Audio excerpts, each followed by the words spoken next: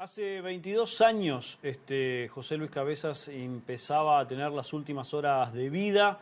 En este 24 de enero, finalmente el 25 de enero iba a ser encontrado muerto de una forma sumamente cruel.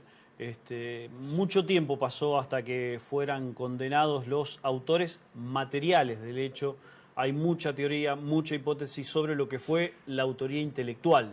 Lo cierto es que José Luis Cabezas comenzó a ser un ícono no solo de la comunicación, no solo de los reporteros gráficos, del periodismo argentino, sino también a nivel mundial y fuera del periodismo también, como una causa que pedía justicia con cada minuto que pasaba para que se deje de ser impune.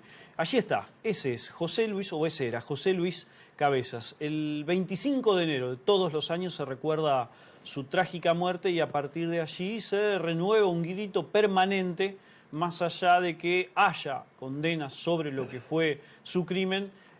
También hay todavía algunas cuestiones inconclusas que hacen que de alguna forma se siga pidiendo justicia. Lo que estamos viendo son imágenes que hacen de alguna forma también a los últimos momentos de la vida de ese reportero gráfico que hoy, repito, es un ícono para la comunicación, para los reporteros gráficos, para el periodismo y, por qué no, también para la justicia. En ese auto quemado que está allí se lo encontró a José Luis Cabezas. Vamos a recordar este hecho y vamos a también preguntarnos y a reflexionar, a proyectar qué es lo que dejó la causa de José Luis Cabezas en el ámbito de la comunicación, en los medios de comunicación, 22 años después. Para eso nos va a ayudar el secretario general de la Asociación de Prensa de Santa Fe, Pablo Jiménez, que está con nosotros, está en nuestro living. Pablo, buenas tardes, bienvenido. Buenas tardes. Bueno, 22 años han pasado de la muerte de José Luis Cabezas. Probablemente en ese entonces vos comenzabas a hacer periodismo o ya tenías algunos años. Algunos. Sí. ¿Qué pasó desde aquel momento, desde aquel 90 y tanto hasta hoy? Bueno, la muerte el asesinato, el brutal asesinato de José Luis Cabezas se convirtió en un símbolo del periodismo argentino, como vos decías, del periodismo en la lucha por la libertad de expresión. Porque finalmente de lo que se trató es de un periodista haciendo su trabajo. Exacto. Una investigación. Exactamente, una investigación periodística, en este caso con la herramienta que tenía José Luis, que era su cámara, y terminó muerto, terminó asesinado por ese trabajo, por su trabajo periodístico. Tenemos que recordar que José Luis consiguió la foto de uno de los empresarios que vivía en el anonimato, que vivía atrás del poder, digamos, oculto atrás del poder, Alfredo Yabrán. Que es justamente la foto que aparece en las imágenes, caminando Exacto. con su mujer en la playa, en Pinamar. Exactamente, esa es la foto que consigue José Luis. Hay que ponerse un poco en contexto. Esa foto ahí. Exactamente, hay que ponerse un poco en contexto. Hoy tenemos redes sociales, tenemos Facebook, Twitter, Instagram. La era de la imagen nos apabulla. Exactamente, en ese momento la era de la imagen no era tal y solamente se veían las imágenes de los personajes políticos, empresariales y famosos solamente o en revistas o en diarios. Exacto. O en algún reportaje televisivo. La cuestión era que la cara de Yabrán no se conocía. La figura de Yabrán era una figura cuestionada. De hecho, el ex ministro de Economía, Cavallo, lo había denunciado en una sesión del Congreso en el año 95. Para que Cavallo lo denuncie ya era una... Claro, en realidad era por una disputa política y empresaria. Perdón, ¿no? Yabrán era concesionario del correo. De Oca. Y Yabrán era un empresario vinculado al negocio de la seguridad, de la logística y del transporte.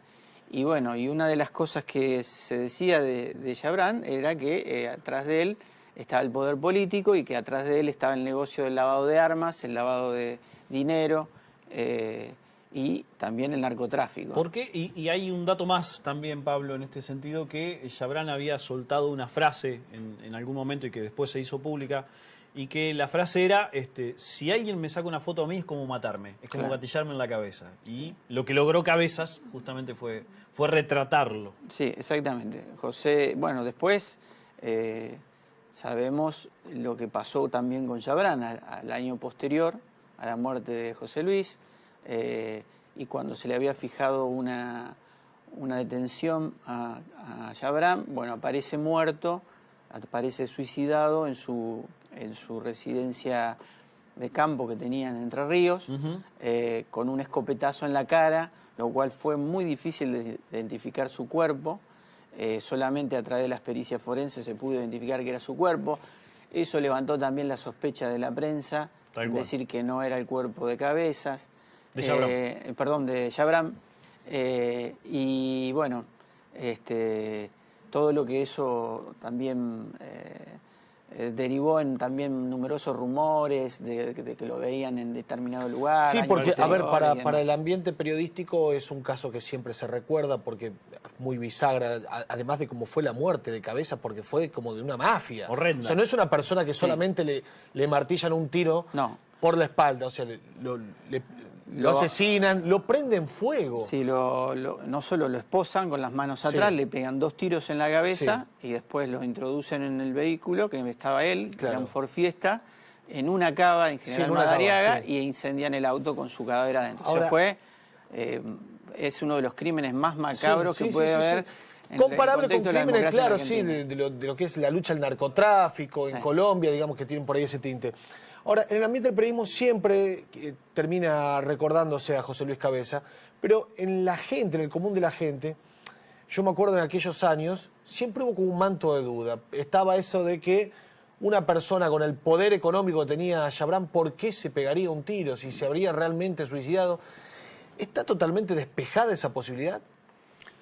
Bueno, nosotros no tenemos más que atenernos a lo que han dicho en su momento los forenses en el caso. Recordamos que eso pasa también en el contexto del menemismo. Chabran ha sido un activista económico fuerte en las campañas. Bueno, ha sido también un beneficiario del menemismo, del dualdismo y de la maldita policía en Buenos Aires. Bueno, Chabran fue beneficiario de las concesiones de los diferentes organismos del menemismo, pero también fue un financista. Es decir que, digamos... Estaba ligado permanentemente. Estaba ligado. Sí, ligado al poder, ligado a los vínculos de la policía de la provincia de Buenos Aires. Sí. De hecho, bueno, son condenados policías de Pinamar por el hecho. También Duhalde, en su momento, que era gobernador de la provincia de Buenos Aires y era el principal, digamos, candidato en el peronismo, más allá de Carlos Saúl Menem, se estaban disputando la posibilidad de ser presidentes. Es el que dice, me tiraron un muerto, me tiraron un muerto, en referencia a que la policía bonaerense había matado a Cabezas, no solamente por la foto de Chabran, sino por generar un hecho político contrario a quien era en ese momento el máximo rival de Menem, que era Duhalde. Claro. Sí. Pablo, ¿cuál fue la vuelta de tuerca o las vueltas de tuerca que pudo haber dado el concepto de libertad de expresión? Bueno, que justamente de alguna forma generó y asesinó a un reportero gráfico y teniendo en cuenta lo que está sucediendo hoy en los medios de comunicación. Supongo que el espectro se amplió un poco y varió el concepto de libertad de expresión. ¿Cómo lo evaluás? Sí, en realidad la libertad de expresión es uno de los derechos más importantes de todo sistema democrático, ¿sí?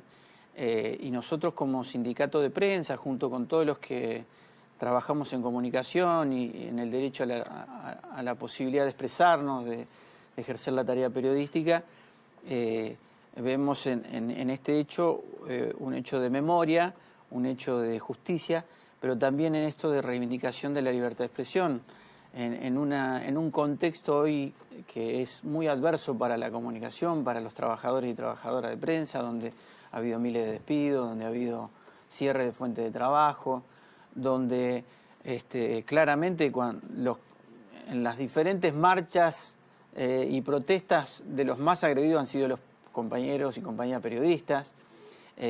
Por eso la necesidad de seguir reivindicando la figura de José Luis y de su trabajo, de su tarea, de cuestionar al poder, de interpelarlo, que es debería ser el principal... El norte del trabajo periodístico. Y fíjate vos, porque hablábamos un poco de las relaciones políticas de Chabran con Menem, con Duhalde, con la cuestión de Duhalde, y eso se traslada hasta nuestros días. el año pasado el periodista Jorge Asís denunció que el grupo Macri tenía vínculos con las empresas de Alfredo Chabrán.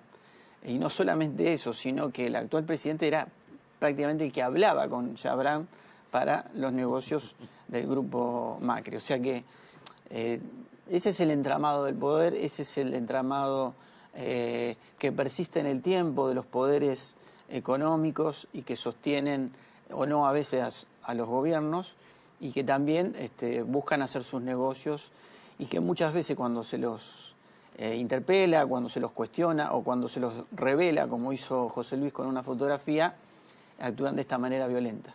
Hoy sería imposible, ¿no?, que ocurra, no sé si imposible, pero pareciera como que los medios fuertes, en aquel momento estamos hablando de Revista Noticias, que era Fontevecchia. Sí, una revista que era importante. Sí, muy importante. Hoy los medios más importantes que bajan línea quizás ya están más encolumnados. En aquel momento pareciera como que había algunos medios que cuestionaban al menemismo. Hoy, digamos, con la figura de la presidencia de Macri, sería extraño que un medio de esas características, pongámosle Nación, Clarín, Perfil, hagan algo similar, que lo cuestionen de esa manera. Y la verdad que lo que vemos en estos días es que hay muchos grandes medios que han avalado mucho de la tarea oficial, se han, digámoslo así, oficializado de una manera demasiado cercana al poder, lo cual no es bueno. Y bueno, también tiene que ver con un entramado económico que justamente se empezó a generar en la época de los 90. No hay que olvidar que en la época de los 90 se privatizaron los canales de televisión, sí, todos se privatizaron muchas radios que eran del Estado. No tenemos que olvidar nunca que todo lo que es radiofrecuencia, televisión y de radio es propiedad del Estado. Debe ser Las frecuencias de televisión y de radio son propiedad del Estado, no de ningún privado, ¿sí? El Estado las concede esas licencias, tanto a la radio y a la televisión, para que a través de propuestas comunicacionales, culturales, de entretenimiento, deportiva, usen esas frecuencias que siempre son del Estado, ¿sí? Y fue en ese momento que con el gobierno de Menem se le dieron a grandes grupos, a grupos empresarios en ese momento, pero sí, que ahora se convirtieron en grandes grupos económicos, no solamente empresarios. Ahí comenzó la matriz corporativa de grandes empresas multimediales y que monopólicas que derivan en nuestros días y que en su momento se trató de revertir con la Ley de Servicio de Comunicación Audiovisual, que fue lo primero que volteó con un decreto de gobierno. Entonces, digo, por eso el ejercicio de la memoria, por eso el ejercicio de seguir pensando cómo esta trama de poder, medios y política, fue construyendo lo que hoy tenemos en día. Y bueno, por eso la necesidad de recordarlo, de no olvidarnos de José Luis. Mañana vamos a estar en la Plaza del Soldado a las 10:30 de la mañana. Eso te iba a preguntar. Junto con los compañeros de Argra, que son los reporteros gráficos. Vamos a estar donde está la plaqueta, que está instalada ahí de hace muchos años, en homenaje a José Luis. Sobre calle San Jerónimo. Exactamente, sobre calle San Jerónimo. Y bueno, es una convocatoria y una invitación abierta a todos los sectores. De hecho, hay numerosas instituciones. Claro, no hay que ser estudiante de comunicación, no hay que ser periodista. No, exactamente. Hay que ser alguien consciente. Hay que ser alguien consciente, alguien que quiera hacer ejercicio de memoria, ejercicio de justicia y también ejercicio de su libertad de expresión. Pablo, muchas gracias. No, gracias a ustedes. Pablo Jiménez con nosotros desde la Asociación de Prensa, bueno, recordándonos que mañana, tal cual lo dijo recién, a las 10:30 de la mañana en la Plaza del Soldado, la Asociación de Prensa junto con Argra van a llevar adelante un acto recordatorio de José Luis Cabezas, reportero gráfico asesinado hace 22 años por investigar justamente las tramas de poder.